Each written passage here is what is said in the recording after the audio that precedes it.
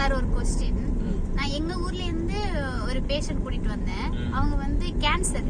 அவங்களுக்கு ஆக்சுவலா ஒரு 6 மந்த் அவங்க சாப்பாடே சாப்பிடலங்க சார். ஒரு சாப்பாடே சாப்பிடாம இருந்து அவங்களுக்கு எனர்ஜி இல்லைங்க. கொஞ்சம் தூரத்துல கூட அவங்களால நடக்க முடியல. ஆக்சுவலா நான் அங்க அழைச்சிட்டு வரும்போது கூட ரொம்ப சிவியரான கண்டிஷன்ல தான் இருந்தாங்க.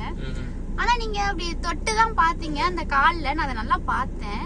சரிட்டு நான் மார்னிங் போன் பண்ணி கேக்குறேன், அத்தை எப்படி இருக்காங்க அப்படின்ட்டு. அவங்க சொல்றாங்க இன்னைக்குதான் நல்லா தூங்குனாங்க, தானா எந்திரிச்சு அந்த இடத்துக்கு வர்றாங்க அப்படிங்கறது எனக்கு மிகப்பெரிய ஒரு ஆச்சரியம் சார். ஆக்சுவலா அதுக்கப்புறம் நான் உங்களை மீட் பண்ணல, இன்னைக்குதான் மீட் பண்ண டைம் கிடைச்சது சார். நீங்க பிஸி ஓகே. அது எனக்கு அது ஒரு பெரிய கொஸ்டின் மார்க் சார். அது எப்படி அது சாத்தியமாகும்? ஒரு கையால தொட்டு அவ்வளோ பெரிய ஒரு விஷயம் கேன்சர் பேஷண்டே சரி பண்ணிட்டீங்க.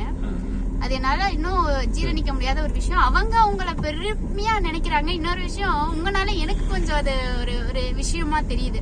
நீ கூட்டிட்டு போன அப்படின்னு சொல்லும் போது எனக்கே கொஞ்சம் ப்ரௌடா தெரியுது சார். அது எப்படிங்க சார் அது கையால தொட்டே அதை சரி பண்ண முடியும் அப்படிங்கிறாங்க? இது அது நான் என்ன பண்ணேன்னாக்கா, முதல்ல நான் வந்து பார்த்துப்பாங்க நாடி பிடிச்சு பார்த்துருப்பேன்.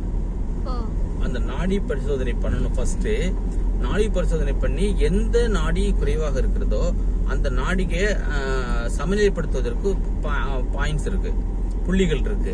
அந்த புள்ளிகளை தொடுவதனால வந்து அந்த எனர்ஜி ஃப்ளோ, அந்த உயிர் சக்தி ஓட்டம் வந்து சீராயிரும். அதைத்தான் நான் பண்ணேன். நான் நாடி பிடிச்சு பார்த்து பாருங்க. நாடி பிடிச்சு பார்த்துட்டு எந்த வந்து எதுல வந்து எந்த ஐ மீன் உயிர் சக்தி ஓட்ட பாதையில வந்து எனர்ஜி கம்மியா இருக்கோ அதை பார்த்துட்டு அந்த இடத்துக்கு தொட்ட உடனே பார்த்தா அடுத்த நாள் போன் பண்ணி கேட்கறேன், ஃபீட்பேக் கேட்கறேன். ஏன்னா பெரும்பாலும் மற்றவங்களுக்கு கேட்க மாட்டேன்.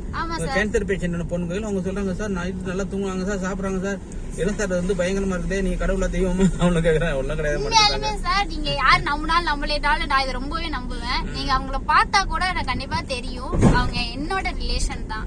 நான் ஆக்சுவலா சார்ட்டை கேட்டுட்டு முடியுமா சார் அப்படின்னு, நீ கூட்டிட்டு வா அப்படின்னு அவங்க அசால்ட்டா அந்த சொன்ன ஒரு பதில், அசால்ட்டாவே அதை பண்ணி முடிச்சிட்டாங்க. அவங்க இன்னும் சார் ரொம்ப பெருசா சொல்றாங்க. சாரால எனக்கு கொஞ்சம் ப்ரௌடா இருந்தது. இதை நான் வந்து பெருமையா சொல்லிப்பேன்.